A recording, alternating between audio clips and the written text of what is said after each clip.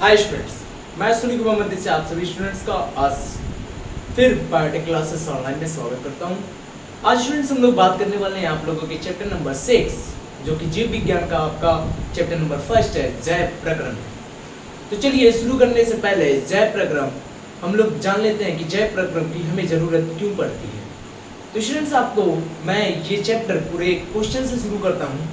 इस क्वेश्चन में मैं आपसे क्वेश्चन पूछता हूँ कि चलिए स्टूडेंट्स आप बताइए कि हम किसी भी जीवित और अजीवित जीव को एक दूसरे से अलग कैसे कर सकते हैं। तो आप कहोगे कि सर, या हम कहें आपसे कि अगर बताइए कि आप के आसपास या आपके अगल बगल कोई चिल्ला रहा हो, यानी कि जैसे कि मैं पढ़ा रहा हूँ, तो आप मुझे इजीली देख के यानी कि आसानी से हमें देख के पढ़ाते हुए आप ये कह सकते हो कि सर आपके अंदर गति हो रही है और गति की होने की वजह से मैं आपको कह सकता हूँ कि आप क्या हो, जीवित हो।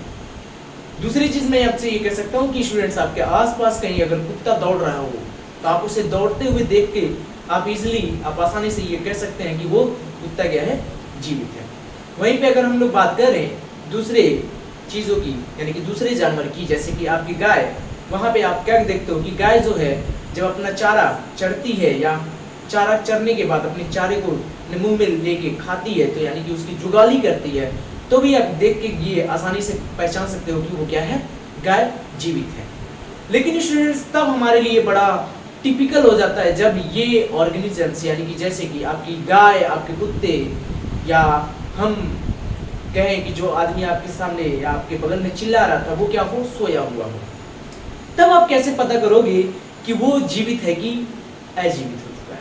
तो आप देखते हो कि क्या कि वे सभी सांस लेते हैं और सांस लेने की वजह से उनमें कुछ गतियां दिखाई देती हैं जो बाहर से हमें दिखाई देती है, और उस गति को देख के हम पहचान लगा लेते हैं कि वो जीवित है कि अभी नहीं।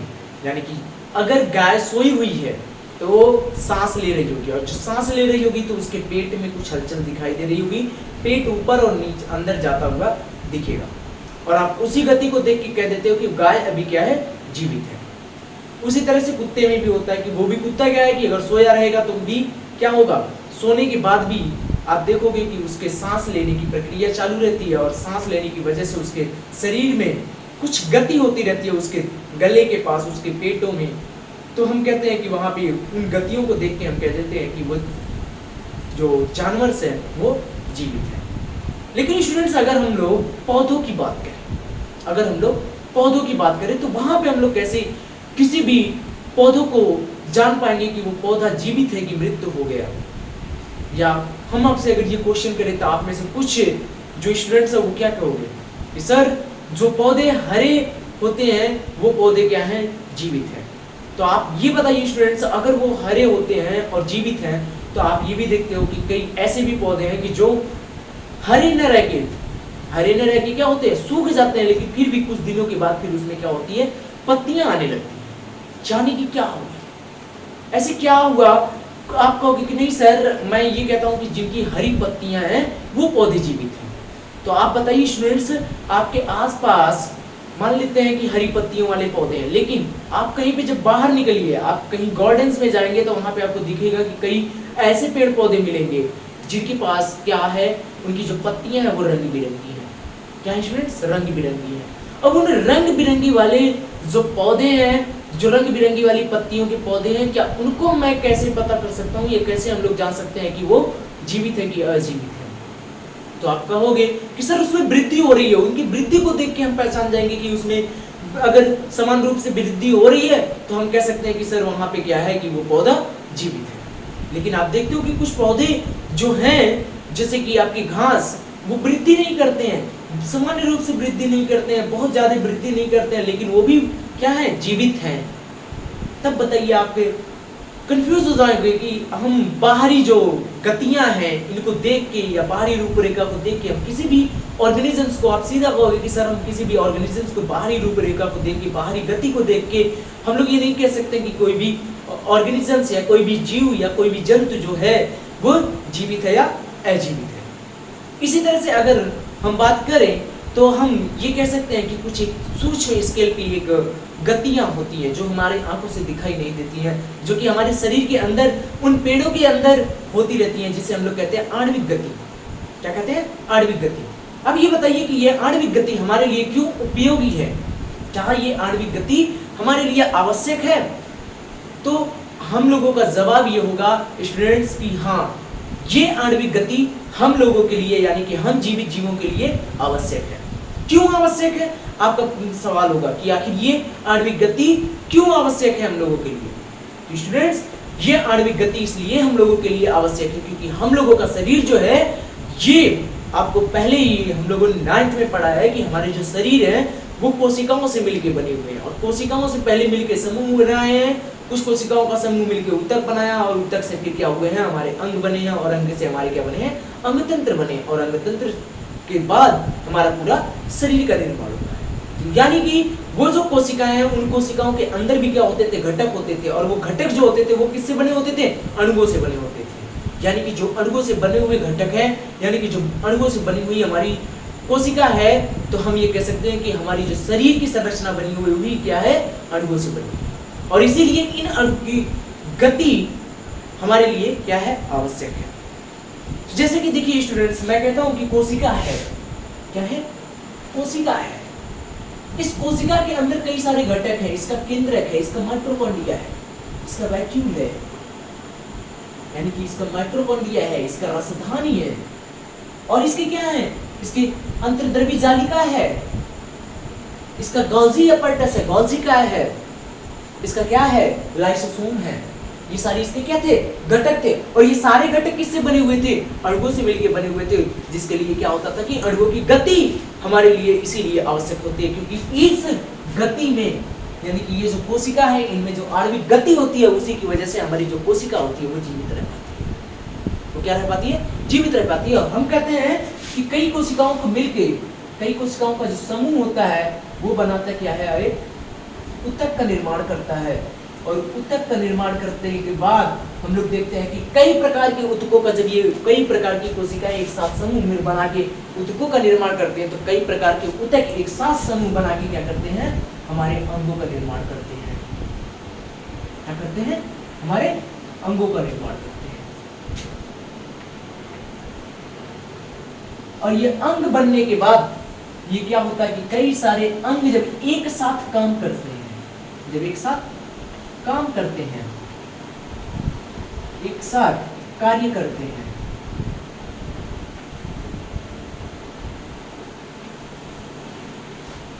तो हम कहते हैं कि ये क्या बनाते हैं, अंग तंत्र बनाते हैं हमारे शरीर के अंदर। क्या बनाते हैं, अंग तंत्र बनाते हैं। तो बताइए स्टूडेंट्स, किसी भी, और ये अंग तंत्र हमारे जहां पे पाए जाते हैं उसी को हम क्या कहते हैं, अपना शरीर। ये अंग तंत्र कहाँ पाए जाते हैं, हमारे शरीर के अंदर पाए जाते हैं। तो हम कहते हैं कि किसी भी जीव को जीवित रखने के लिए आणविक गतिविधियां आवश्यक है, जो कि अगर आप देखोगे तो एक विषाणु जीव है जिसमें आणविक गतियां नहीं पाई जाती है तब तक, जब तक कि वो किसी जीवित कोशिका से क्या ना कर दे, संपर्क ना कर ले, जब तक वो किसी जीवित कोशिका को संक्रमित ना कर दे, यानी कि जब तक किसी जीवित कोशिका से वो संपर्क नहीं करता है, इस विषाणु में कोई भी आणविक गति दिखाई नहीं देती है। और आणविक गति दिखाई नहीं देती है तब तक हम लोग इस विषाणु को क्या कहते हैं कि ये विषाणु अभी क्या है, अजीवित है। और जैसे ही ये किसी क्या करता है, जैसे ही किसी कोशिका से संपर्क में आ जाता है, जैसे ही किसी कोशिका के संपर्क में आ जाता है, इसके अंदर कई आणविक गति, कई विधियां, कई आणविक गतियां होना चालू हो जाती है। और हम कहते हैं कि उस समय ये जो हमारा विषाणु है ये क्या हो जाता है, जीवित हो जाता है। यानी कि ये जब तक अकेला था, जब तक अकेला था तब तक इसके अंदर कोई भी आणविक गति दिखाई हमें नहीं दी थी। जब तक अकेला था तब तक कोई आणविक गति हमें दिखाई नहीं दी थी। लेकिन जैसे ही किसी एक क्या किया, किसी एक जीवित कोशिका से संपर्क कर लिया या संपर्क में आ गया, किसी जीवित कोशिका के संपर्क में आ गया, तुरंत ये क्या कर दिया, अपना आणविक गति शो कर देता है। और आणविक गति शो हो जाने की वजह से हम लोग उस समय इसको क्या कहते हैं,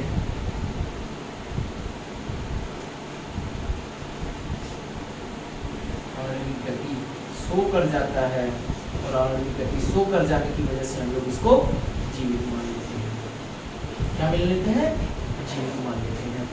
अब जीवित इसको मान लिया तो हमने कहा कि जब तक ये किसी कोशिका से संपर्क में नहीं था तब तक ये कैसा था, इसके अंदर आणविक गतियां क्या थी, गति नहीं होता था इसके अंदर, यानी कि इसके अंदर कोई भी आणविक गति नहीं होती थी। और आणविक गति ना होने की वजह से इसको हम लोग अजीवित मानते थे। ये एक्सेप्शन है स्टूडेंट्स, ये अपवाद है। ये जीव, ये विषाणु जो जीव है ये अपवाद है इस चीज को लेके कि ये जीव जीवित है कि नहीं जीवित है। ये जो विषाणु जीव है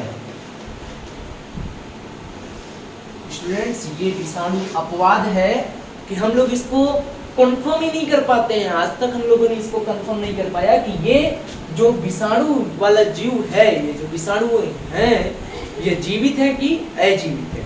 क्योंकि ये जब तक किसी अजीवित जीव के पास या अजीवित वस्तु पर है तब तक ये अपना कोई आणविक गति शो नहीं करती है। लेकिन जैसे ही किसी जीवित कोशिका का इनका संपर्क हो जाता है ये क्या करती है, अपने आणविक गति को शो कर जाती हैं और इसे हम लोग कहते हैं कि वो जीवित हो जाती है। और ये एक अपवाद है हम लोगों के लिए, कौन, विषाणु, कि ये जीवित है कि अजीवित है। तो हम लोग कहते हैं कि इन दोनों के, जीवित और अजीवित के बीच के लाइन में हम इसको रखते हैं, ना तो ये जीवित है ना तो ये अजीवित है। और इसी वजह से ये एक क्या बन चुका है, ये हम लोगों के लिए एक अपवाद बन चुका है।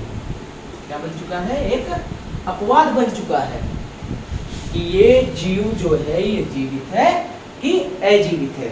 तो हम लोग कहते हैं कि ये दोनों शो करता है और इसी वजह से हम लोग इसे न तो अजीवित कहते हैं और न तो जीवित कहते हैं। इसे हम लोग दोनों के लाइफ लाइन के बीच में रखते हैं। ठीक है स्टूडेंट, तो हम बात कर रहे थे कि ये आणविक गतियां जो इसमें शो कर रही हैं वो आणविक गतियां हम लोगों में क्यों आवश्यक, क्योंकि हम लोगों के जो कोशिकाएं बनी हैं इनके जो घटक हैं, इनके जो घटक हैं ये घटक भी किससे बने हुए हैं, अणुओं से बने हुए हैं। और इन अणुओं से बनने की वजह से इनमें जैसे जैसे समय बीतता है पर्यावरण के प्रभाव पड़ते हैं, इनके अणुएं जो हैं इनमें क्या होने लगती है, टूट फूट। इनमें क्या नाम है, हम कहते हैं कि इनमें जो है आपका विघटन होने लगता है।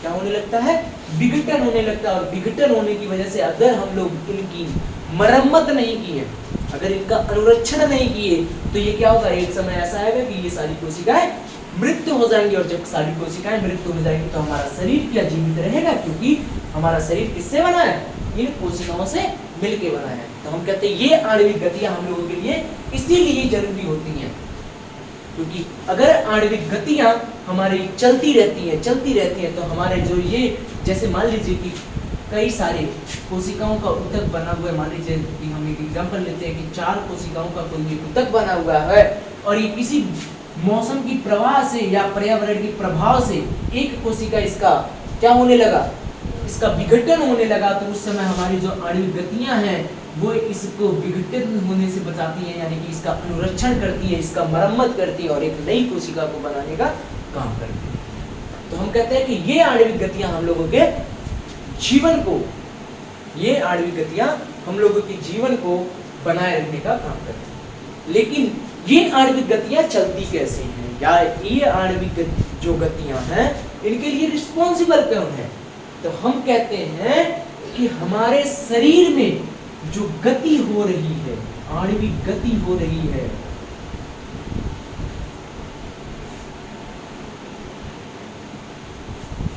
इस गति को कराने के लिए जो प्रक्रम जरूरी है, जो प्रक्रम जरूरी है उस प्रक्रम को नाम देते हैं क्या, जैव प्रक्रम।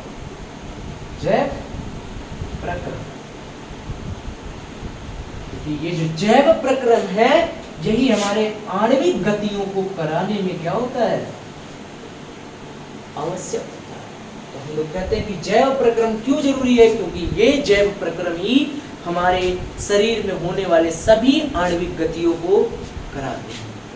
तो हम कल ये जानेंगे कि ये जैव प्रक्रम क्या है और जैव प्रक्रम कौन कौन से हैं जो इन आणविक गतियों को हमारे शरीर के अंदर कराते हैं, जो हम लोग देख नहीं पाते हैं बाहर से।